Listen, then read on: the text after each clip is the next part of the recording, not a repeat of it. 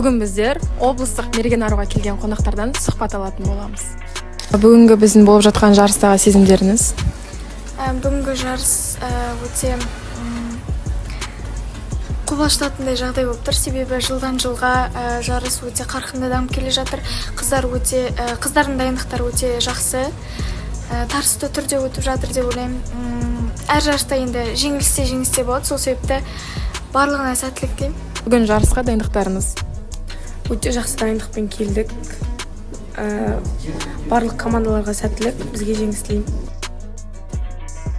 Бүгінгі жарыстағы сіздің қатысатын қыздарыңызға уайымдайсыз ба? Әрине уайымдаймын, қыздарым да уайымдайды. Үйде дайындалдық. Мұнда атмосфера өте басқа, ерекше. Қыздарым өте толқуда. Бұйырғанын көреміз. Осы жарыста қобалжуларыңыз бар ма? Әрине, командалық жарыс болғасын, қобалжу шамалы бар. Жалпы сіздің ойыңызша бүгінгі жарыс қалай өтіп жатыр? Өте тамаша, өйткені барлық командалар үлкен дайындықпен келген. Сондықтан жақсы командалардың дайындығы жақсы болғандықтан жарыстың конкуренциясы да күшті. ВП-1 мен ВП-2 ату кезінде қандай айырмашылық болады?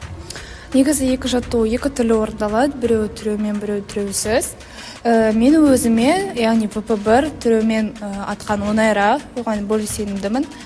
Былай қарасаң, әр адамға қалай ыңғайлы, соған енді сол жаттығуға бөлі уверенный болады.